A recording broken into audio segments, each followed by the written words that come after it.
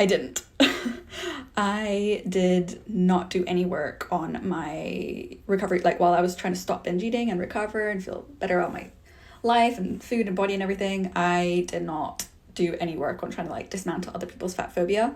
I think for a few reasons. Like, number one was it's already a huge feat in trying to let go of these old deep-seated patterns, thoughts, behaviors, habits yourself in recovery. That's a lot of energy that you have to put in, that I put in, for example. And I needed to focus on myself, essentially. You can't spread yourself so thin in that whole journey and try to like change another person while you're trying to change yourself too. I think number two was actually back then I didn't really even know what fat phobia was. So I probably didn't even know that I should be trying to dismantle it in other people, let alone myself. And number three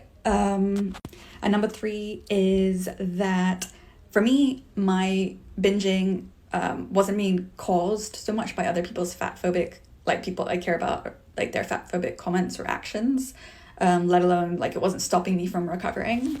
I would say that my close friends and family are not fat phobic. Maybe like in my entire life, one or two comments here and there, they're like slightly low level fat phobic, but it definitely wasn't the driving cause for my binge eating. So really I just had to focus on like changing myself. I was the one essentially who was keeping me stuck, so I kind of had to get out of it myself.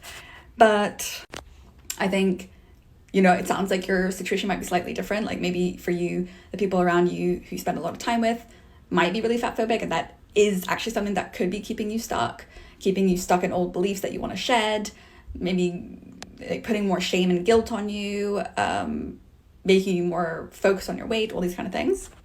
So I understand why you might want to be dismantling their fat phobia while you recover.